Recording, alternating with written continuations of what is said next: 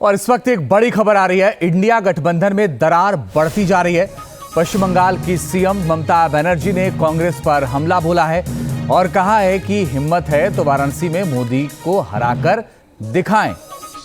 ममता ने यह भी कहा कि मैंने कांग्रेस को 300 सीटों पर चुनाव लड़ने का सुझाव दिया था, लेकिन मुझे नहीं पता कि कांग्रेस 300 में से 40 सीट जीत पाएगी या नहीं। ममता ने कहा, मैं बंगाल में कांग्रेस को 2 सीट दे रही थी और जिता भी देती।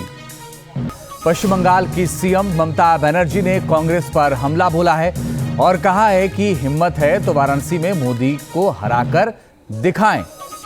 ममता ने यह भी कहा कि मैंने कांग्रेस को 300 सीटों पर चुनाव लड़ने का सुझाव दिया था, लेकिन मुझे नहीं पता कि कांग्रेस 300 में से 40 सीट जीत पाएगी या नहीं। ममता ने कहा, मैं बंगाल में कांग्रेस को 2 सीट दे रही थी और जिता भी देती। पश्चिम बंगाल की सीएम ममता बनर्जी ने कांग्रेस पर हमला बोला है और कहा है कि हिम्मत है तो वाराणसी में मोदी को हराकर दिखाएं।